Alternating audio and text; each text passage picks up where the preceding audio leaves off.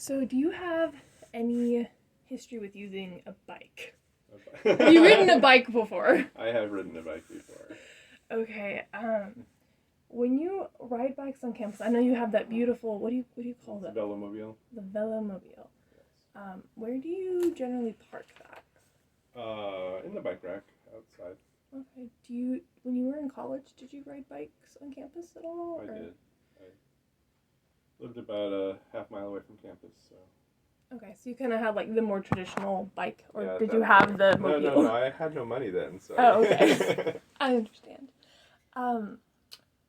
What was the most like irritating part about the locking process of like, okay, you're at class, gotta put your bike in. Like, what was the most frustrating or like irritating part? I don't know if there was a handy bike rack to where I was. Like, there wasn't a bike rack near the door I wanted to go into, I think. Mm-hmm. But I had a U-lock and that worked okay. U-lock. The U-lock. Where did you like when you were like on the bike? Like, where did you store it? Was it in your backpack? On the bike? Where did I do it? I probably had the. What did I do? That's a long time ago. It's okay. What would you do present day? Present day, I would have I had a bike bag. So back when I had a normal bike Mm-hmm. and not ample luggage space. Yeah, that makes sense. I would have had a bike. I had a rack on the back and a bag. What are some improvements you would make to the actual physical bike lock to make it easier to manipulate and use? I don't know. I hadn't really thought about that. That's okay. That's what I'm here for. It works, and Mhm. so.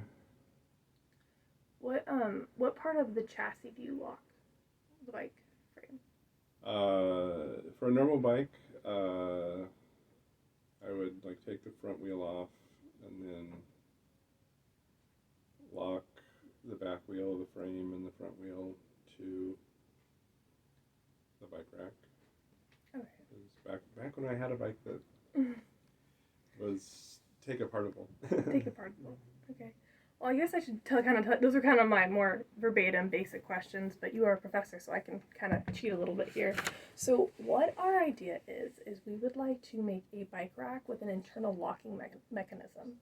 So you don't actually have to carry around the bike lock. And then that internal locking mechanism would be locked and unlocked or triggered by either an ID card, a student ID card, if we're thinking more student or campus as our organization, or different organizations can do different ID cards, or we would use a QR code to link to an app.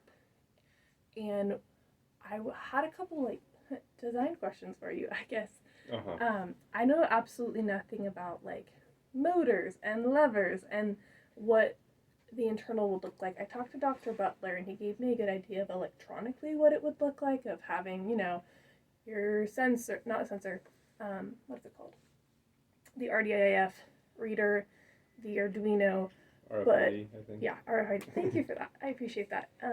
But as far as making an internal locking mechanism that would either have something shoot out or something come down over the bike and then lock inside, do you have any places that you could point me to go research or something?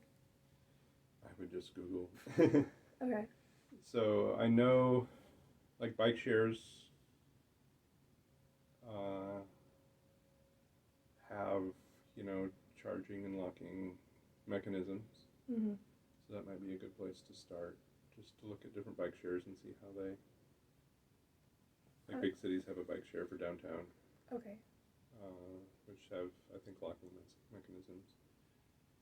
So. What materials would you think would be a good tether? And by tether, I mean the actual, because the idea is to either have a rack and then something shoot through, or have something come down over. Mm-hmm. So you probably want something steel, just so that it's harder to break. I mean, you don't want it easily breakable. Mm-hmm. The goal is to delay the time, not making it invincible. Yeah. Okay. So you sort of have some you basically want to slow the person down so that it's obvious what they're doing.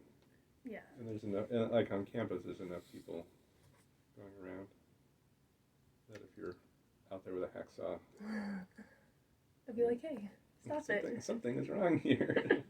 Something isn't right. Yeah, I think that's all the questions I had for you. Okay. Thank you. So it's, yeah, you have to deal with the different size frames. Yeah. Make people ride a BMX bike, and Oh, I didn't think about BMX bikes. They're so short. so you got to go a 20-inch wheel to a 27-inch wheel. Mm-hmm. Because I wouldn't want to just do the standard bike frame, because there are a lot of variances. Yeah, you probably want to make it so that the frame and the front wheel are somehow contained. Is the front wheel so important since it could be removed? So many, like racing bikes, will have a quick release, or even mountain bikes. So you just flip a lever and you can pull the front wheel out. And so if you're just locking the front wheel, then It would be the in-between where the bike would spin. I guess you have a wheel there, but... yeah. This is your research. I'm just getting I'm just getting pointers to go look at spots. I do have a research paper that I will be conducting on Tuesday. Anyways. So basically there's a lever, and so, anyways, a minute. If you're learning guitar late in life, there's one distinction another that will ad. determine if you're going to succeed or fail.